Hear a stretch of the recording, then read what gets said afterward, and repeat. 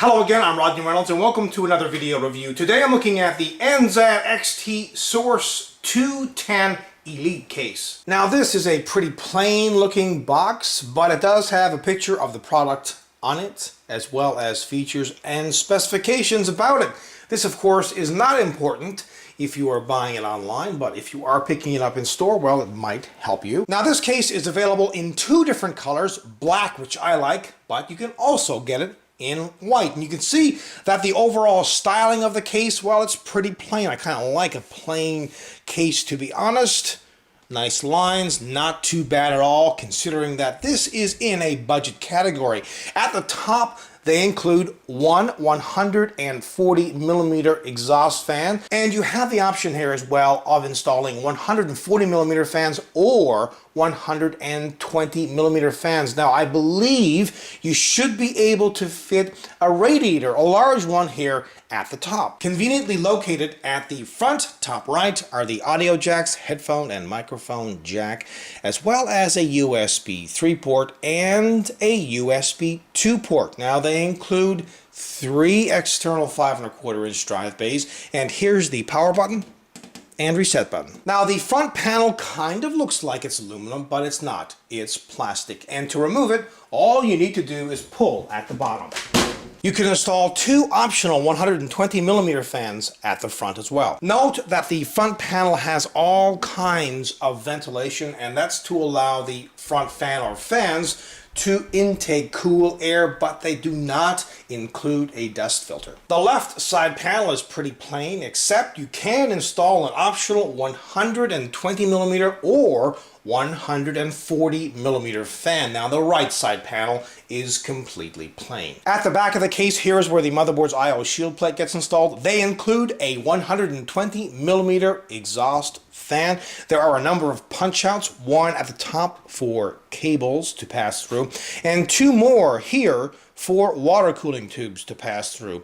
They include 7 expansion slots, extra ventilation, and at the bottom is where a standard ATX power supply gets installed, and they include 4 thumb screws, 2 on each side panel. They include an accessory bag, and inside of it there's a couple of rubber grommets. This is for those 2 holes at the back of the case, if you decide, of course, to punch them out. A couple of cable ties, as well as motherboard standoffs and screws.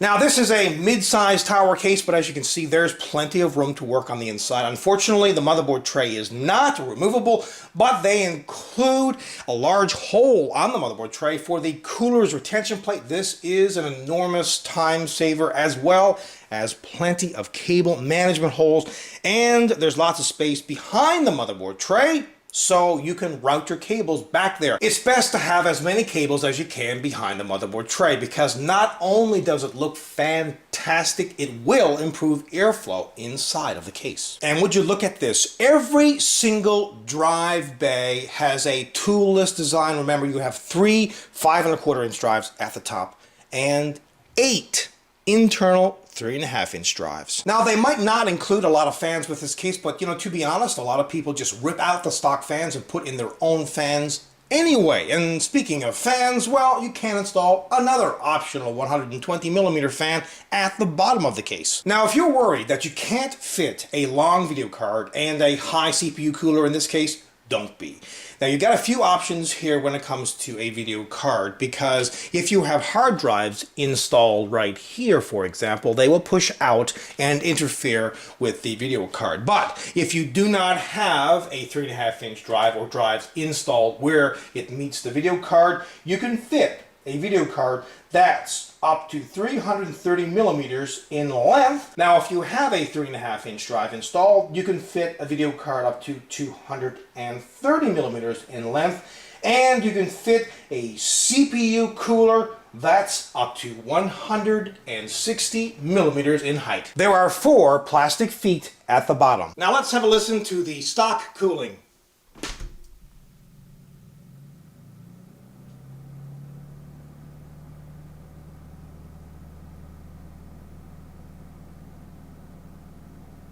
Now this is clearly a budget case. However, that is not a bad thing. Lots and lots of people, as a matter of fact, probably most people, are looking for a mid-sized tower case that is affordable but works. And that's key. You need it to be affordable and have the features that you need. In this case, pretty much has all the features you should be looking for in a basic mid-size tower case. And it's unbelievable how many optional fans that you can install in this case. I think that this case has fantastic modding ability.